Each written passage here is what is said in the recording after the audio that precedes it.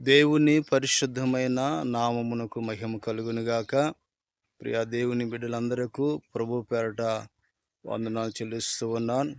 దేవుని బిడ్డలారా, మా పరిచర్యలో దేవుడు ఎంతవరకు చేసిన గొప్ప అద్భుతాన్ని బట్టి ప్రభుని స్తుతిస్తూ ఉన్నాను.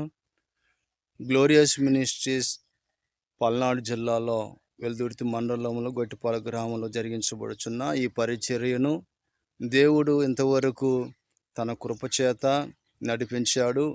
ఎన్నో ఆటంకాల మధ్యలో ఈ పరిచర్యను దేవుడు ఇంతవరకు అన్ని విధములుగా ఆయన సహాయం చేసుకుంటా ప్రభు మమ్మల్ని నడిపిస్తూ వచ్చాడు. గత 2 సంవత్సరముల నుంచి ఈ పరిచర్యలో పైన స్లాబు లేకుండా టెంట్ వేసుకొని 2 సంవత్సరములు ఎండకు వానకు తడుస్తూ ఈ పరిచర్యలో ఆరాధించుకున్నాము.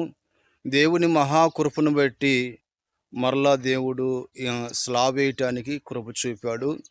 ఈ కార్యంలో ఎన్నో ఆటంకాలు, స్లాబు వేయలేని పరిస్థితిలో ఉన్నప్పుడు మన ఆత్మీయ తల్లి గారి దగ్గరికి వెళ్ళి ఆ విషయాన్ని తెలియపరిచాము. విశ్వాసముతో ఉండు, దేవుడు కార్యం చేస్తాడని తల్లి చెప్పినప్పుడు ప్రభు మీద ఆధారపడి ఉన్నాము.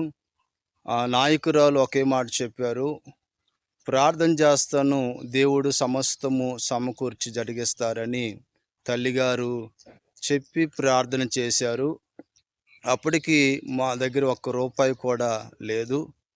తల్లిగారు ప్రార్థనను బట్టి విశ్వాసంతో వచ్చాము. దేవుడు మహాకృపను బట్టి ఈ స్లాబ్కు కావలసిన ప్రతిదీ కూడా దేవుడు సమకూర్చాడు.